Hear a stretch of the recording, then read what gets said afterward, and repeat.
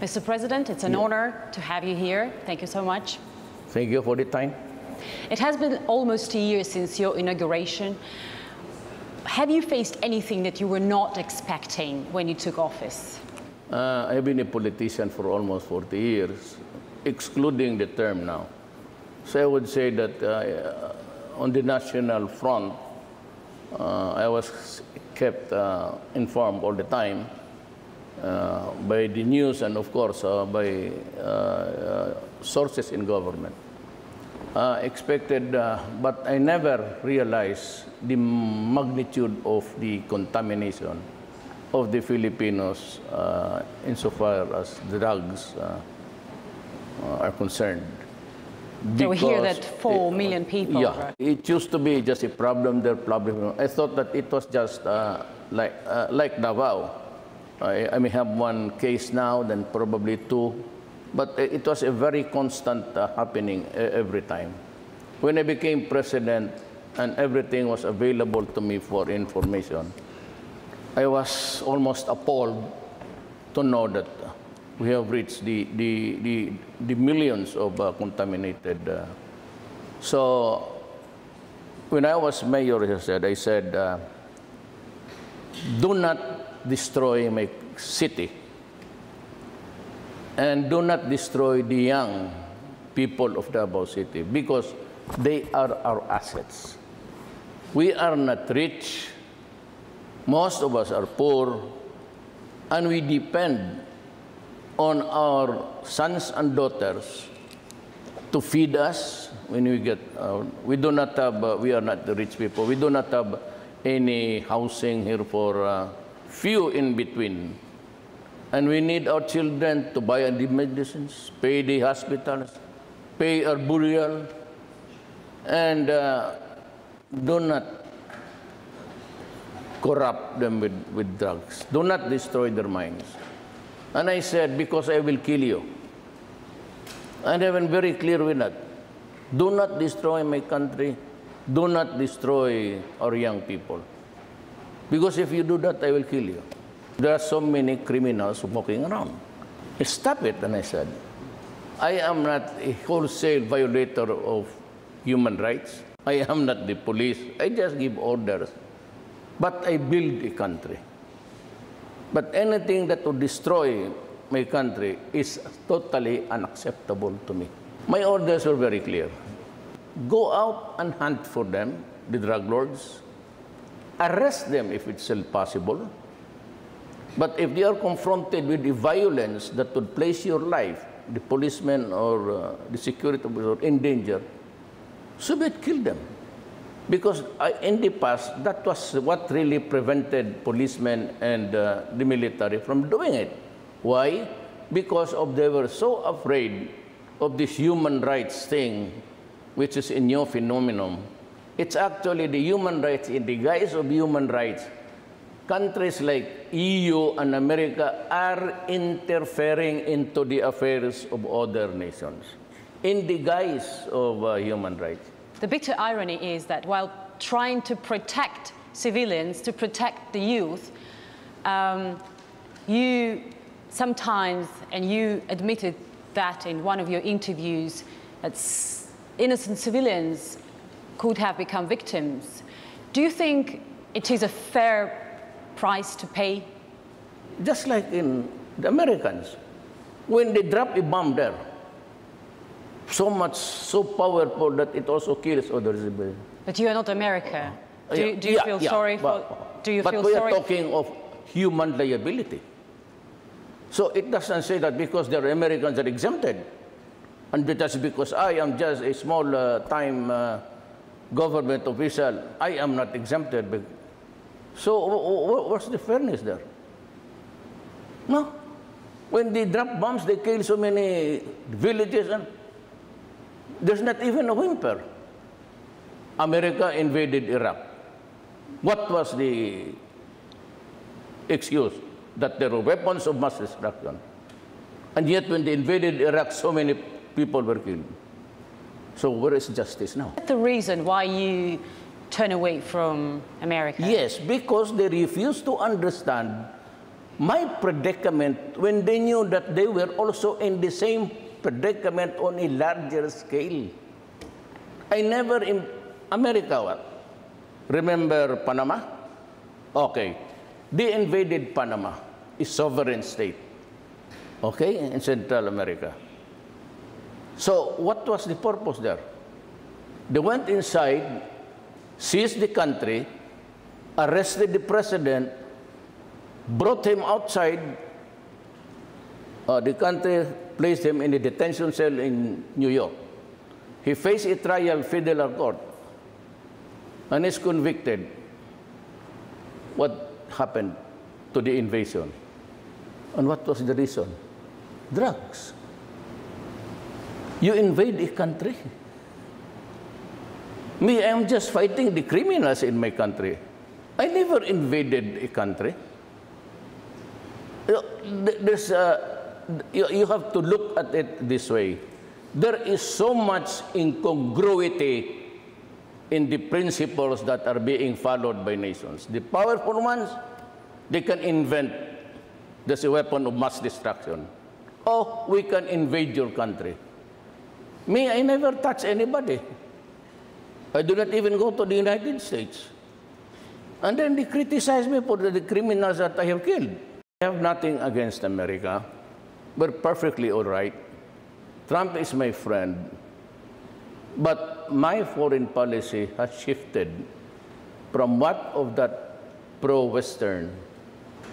I now have this working alliance with China, and I hope to establish a good working relations with Russia. Why?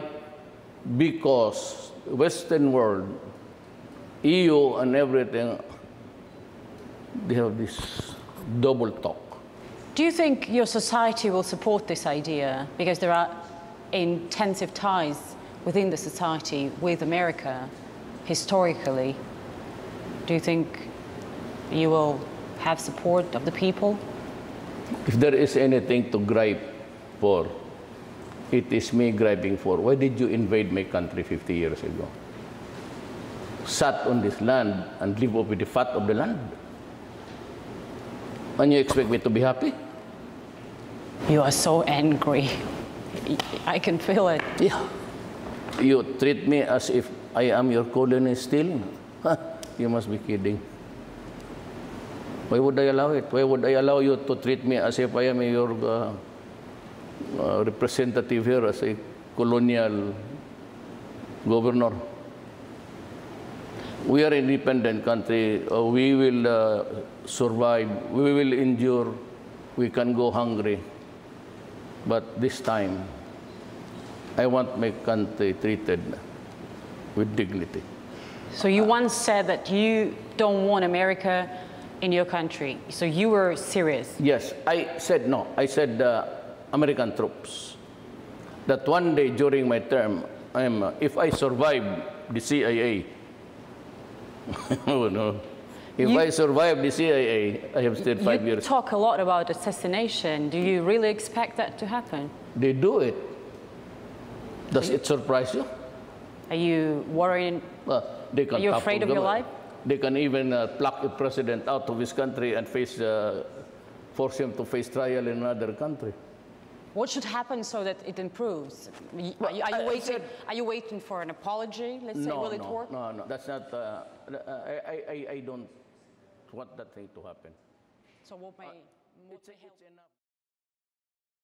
It's enough that I respect Trump. He's a friend, and he is welcome to come here on November.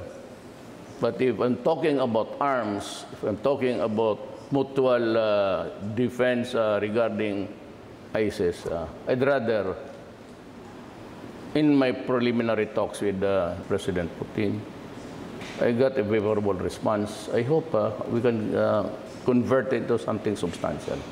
Because it is only Russia and China who can be relied with their words. America is double talk. The left hand does not know what the right hand is doing. Because I said the arms are suspended. And the Senate has not really agreed, or they're still debating on it, whether to give us the arms or not. My country is fighting terrorism. How long can I wait? Until such time that we are on bended knees? It might be too late.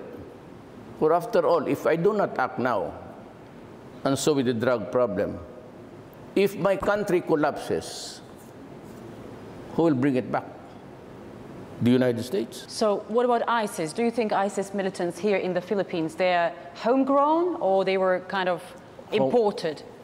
There are so many Caucasians looking. We have captured or killed about 6 already. And they are from the Middle East mostly. Maybe what I can really say is that I do not need the presidency at this time of my life. I'm 72 years old. As president, I have to preserve and defend the Filipino nation. And I will exactly do it, whatever be the price, whatever be the cost. It's my solemn duty to see to it that my country is really what it should be, a peaceful and comfortable place to live in. 2 years ago, you shocked the media, revealing that you had been molested by a priest when you were 14 or 15 years old. And then later you even identified that priest. Yes. He was an American national. Correct. Not only I, the whole class. 2 generations up and 2 generations down. All of us. You were 70 years old at that time. Why would you make that confession like more than 50 years later? The abuses of the priests are being filmed everywhere. There was an Italian underground film, and I am sure you saw that, a priest running naked over there. And they don't really bother to investigate. There is no condemnation, nothing. The shoulder of the priest and the religious people doing the shenanigans, well, it is as if it's just a part of the show of the night. Is it liberality? Is it because you do not want to condemn your own countrymen? Or is it because the victims were just natives? Never mind about them. We were considered natives. So and sometimes pictured as apes. Was that important for you that he was an American? Oh, I don't know. I brought it for the first time. Yeah, because I called all the bishops stupid. And they are really stupid, you know that? Because there is a book here which also exposes their shenanigans, and it's called Altar of Secrets. And may I have a copy? I'll give you one. Okay. It was wrote by a narrator of the Bishops' Conference.